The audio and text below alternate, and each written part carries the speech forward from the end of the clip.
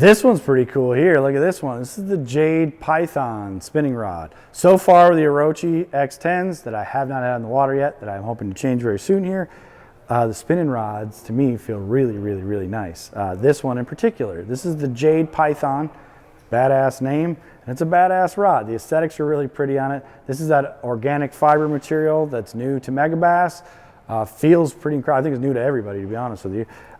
Loving the handles so far on these things. It is sort of a hybrid between a split finger kind of reel seat and a foregrip reel seat. I think it's more of a foregrip reel seat, which I like a lot. Kind of puts that hump into your palm. Real big fan of even the way they did the P5 reel seats from Megabass too, because I am a hand forward of the reel kind of guy, and I think either way with the kind of the way they designed their reel seats here, they're minimalistic, but they still feel like you get a good grab on the rod above it, so you're using your whole arm versus just your wrist to fish with the rod. I like that a lot. I think it was a very well-designed reel seat. The aesthetics on these rods are absolutely beautiful. You can see the little hits of like teal all over the rod, and really cool stuff. Pretty wraps, as you'd expect from Megabass. This one is a medium fast action, they're calling it. So it's a very versatile spinning rod, medium light, 7 foot, medium fast power, or medium fast action, I should say.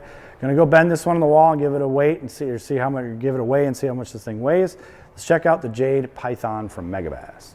Jade Python and the Orochi X10 lineup from Megabass. This one, just weighed it, came in surprisingly at 4 ounces. And I'm gonna be completely honest with you, I thought it was gonna weigh a lot less than that, because this thing does not weigh that much. It doesn't feel like it weighs that much. I think maybe the combination of this reel and the way I hold the rod with my hand up forward here, it's like perfectly balanced, as you can see there.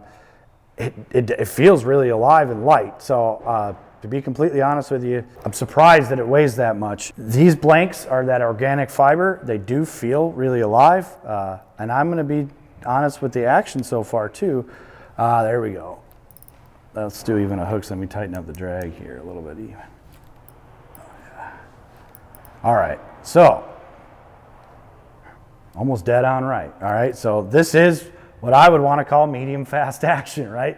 It's not, with just the line on it, I bent it and I was laughing with everybody here and saying like, well, this one's gonna be way off. It felt really, really fast. But with any sort of load into it at all, now I get why it's a medium light, and I get why they call it medium fast. It feels like a medium light now, and it looks like it's a medium fast action rod. It doesn't feel very fast at all once you put some load on it and actually put some power to the rod, and it feels lighter in power. This thing feels super versatile to me, and I mean that. If you're running braid to a leader, I think you could get away with anything from a popper, like a treble hook bait, like a jerk bait, something like that, if you're a spinning rod person for those kind of baits, to what we do up here in Minnesota called jig worming, where the exposed hook on a small jig, like a 4-inch Senko with a jig hook exposed on a weed line. It's got plenty of power to still snap that stuff out, especially with some braided line and a fluorocarbon leader. But it's got a softer power to it, softer backbone, that I think your landing percentage would be real high with some finessey presentations and lighter hooks. And if you wanted to run a big hook and still set the hook on it, I think it's got enough power to do that. I think you're using the meaty part of the rod to really crack on it with this thing. Really cool rod. I'm actually more impressed with it now with the bending it on the wall than I was holding it off the wall. This is definitely a lot more unique action bending it on the wall than it felt like when I picked it up and bent it with just the line on it or just bending it on the floor. So interesting rod here from Megabass. If you're looking to fish any moving baits with a spinning rod, or have a real versatile rod that you can fish light wire hooks up to some more powerful hooks as well, presentations with your spinning rod, check out this Jade Python X10 Orochi.